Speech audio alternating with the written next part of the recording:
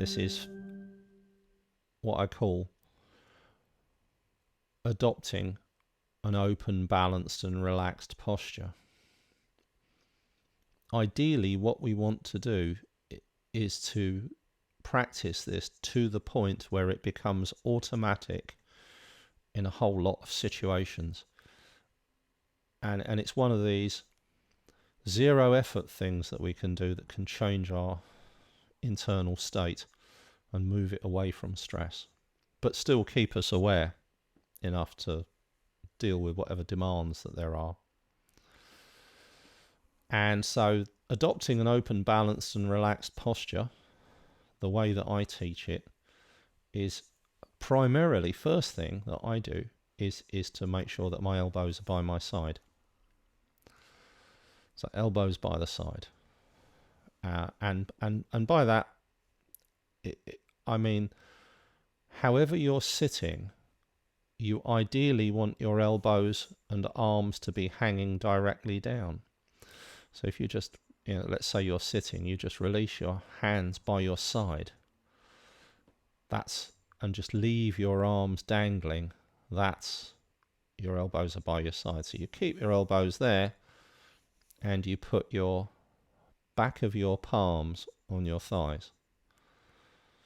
And notice the elbows are quite far back for most of us for most of the time, because most chairs lean back a little bit.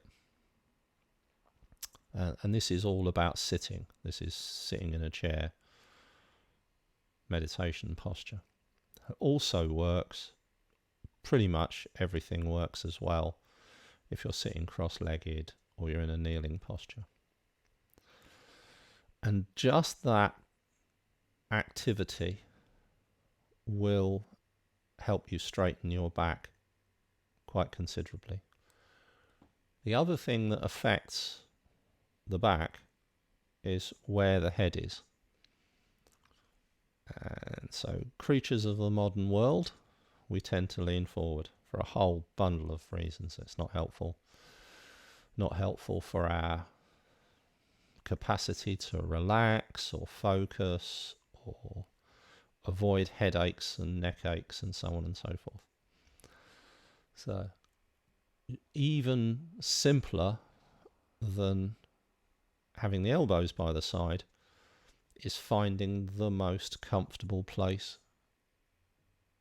for your head to balance. And what you're looking for is the sort of relaxed posture that even if you drop off to sleep, you're not going to wake up instantly with your head bobbing forward, because the head is balanced so precisely and comfortably on top of the spine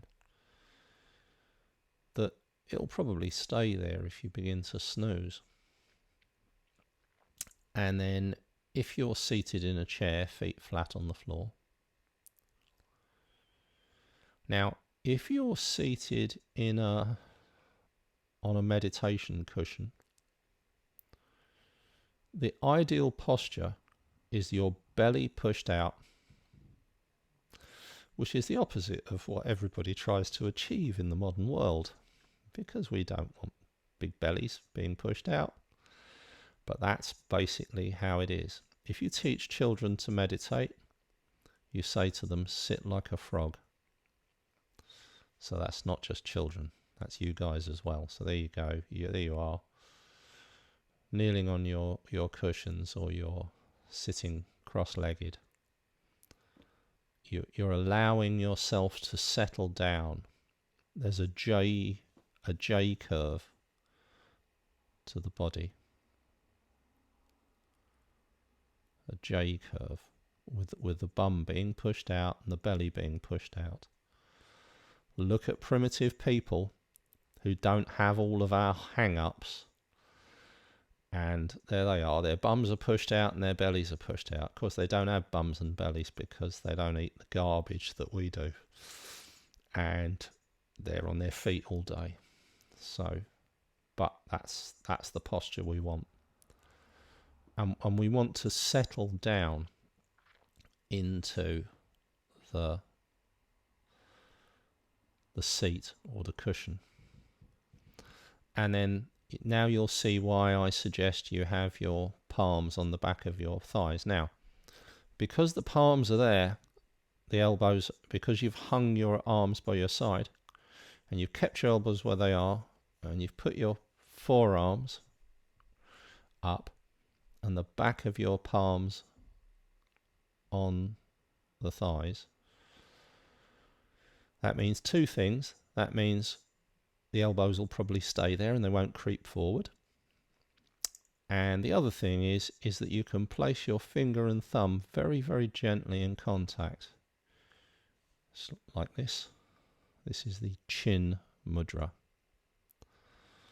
It has all sorts of spiritual connotations. Very interestingly, one of them is very similar to the inner eye. Interoception, looking internally. Exteroception, aware of the external, internal, external, click, click. It's also perceived to be, and I notice the difference. There's a change of state when I do this.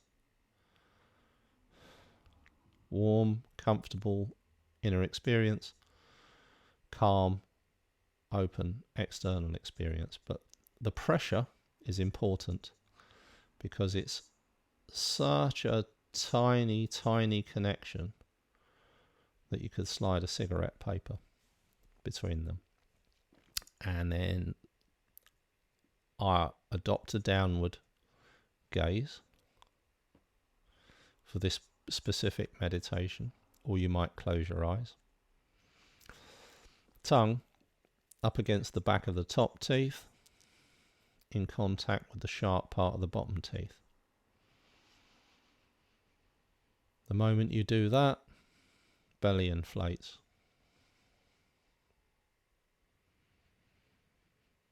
It promotes deeper breathing, a thing called diaphragmatic breathing,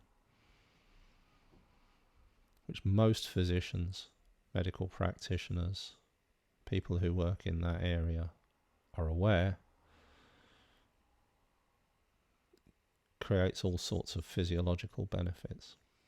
The primary being your lungs are now evacuating correctly, fully, and you're drawing in more oxygen. So the single most important homeostatic balance, a homeostatic balance is something that keeps you alive and healthy. The most important one, the oxygen, O2, CO2, oxygen versus carbon dioxide balance, is more efficiently maintained through diaphragmatic breathing. So that is adopting an open, balanced and relaxed posture.